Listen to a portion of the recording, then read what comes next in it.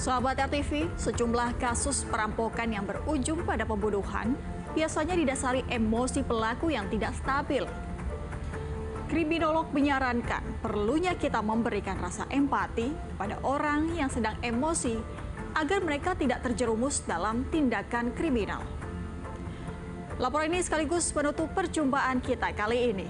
Tetap saksikan program Tanpa Crime setiap Senin pukul 23 waktu Indonesia bagian Barat hanya di RTV. Saya Retno Ayu. Salam Tanpa Crime, menumpas kejahatan.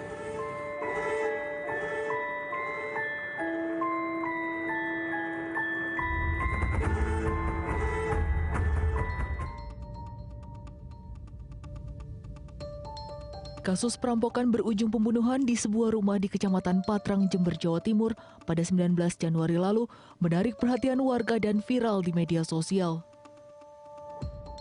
Prita Hapsari, perempuan 48 tahun, meregang nyawa dengan luka sayatan senjata tajam akibat diserang tersangka Hafid Prasetyo Hadi yang selama ini dikenal sebagai teknisi perbaikan televisi langganannya.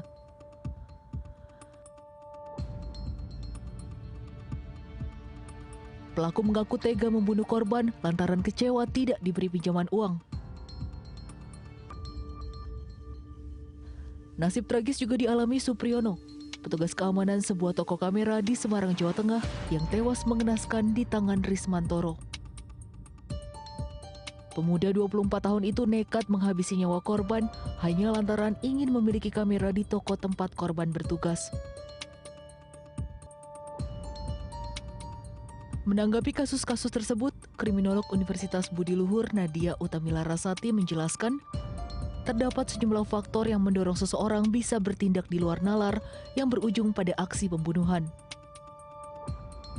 Ya, jadi memang dalam kacamata kriminologi pembunuhan itu kan memang ada dua tipe. Yang pertama adalah expressive of anger ya, atau ekspresi kemarahan. Itu biasanya terjadi pada orang-orang yang memiliki dendam, lalu memiliki konflik interpersonal gitu ya, lalu misalnya tersinggung. Itu adalah pembunuhan sebagai ekspresi kemarahan. Yang kedua adalah motif instrumental. Instrumental ini motifnya adalah materi atau ada sesuatu yang dicari. Misalnya adalah uang gitu kan ya, harta benda atau misalnya kekuasaan dan lain sebagainya. Nah, ini pembunuhan yang disertai perampokan gitu ya, atau biasanya perampokan yang berakhir pada pembunuhan masuk dalam kategori yang kedua, tentu saja yang instrumental. Jadi memang terjadinya itu disebabkan karena seseorang itu pelaku menginginkan materi gitu ya, menginginkan harta benda milik korban biasanya gitu.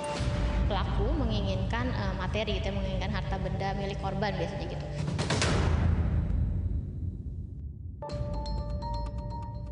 Nadia menambahkan, memberikan rasa empati kepada seseorang yang sedang dirundung masalah, diyakini bisa menjadi salah satu cara untuk meredam emosi orang tersebut. Terkadang frustasi dan kemudian tidak bisa mengontrol emosi, kemudian dia jadi agresif, itu memang cukup sulit gitu. Tapi saya pikir memang yang harus dilakukan adalah tetap berkomunikasi dengan baik gitu ya, jelaskan dengan baik dan mungkin tawarkan apa yang bisa dibantu gitu, selain misalnya meminjamkan uang ya, mungkin tidak bisa membantu materi, tapi apa yang bisa saya lakukan, karena itu adalah bentuk empati sebenarnya. Terkadang orang tidak bisa dibantu tidak apa-apa, tapi ada empati dan rasa simpati yang ditunjukkan, nah itu cukup membantu biasanya untuk meredakan rasa frustasi atau emosi seseorang gitu. Demi menguasai uang ataupun barang milik orang lain, nyatanya bisa membuat seseorang nekat mengambil jalan pintas dan melakukan tindak kriminal. Karena itu, kehati-hatian dan sikap waspada jangan pernah lepas dari kehidupan kita saat berinteraksi dengan orang lain, agar terhindar dari konflik yang bisa menimbulkan persoalan di kemudian hari.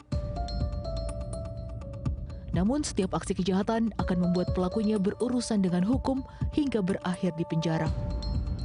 Dari Jakarta, Salsabil Alkatiri, Parianto, Turn Back Crime, RTV.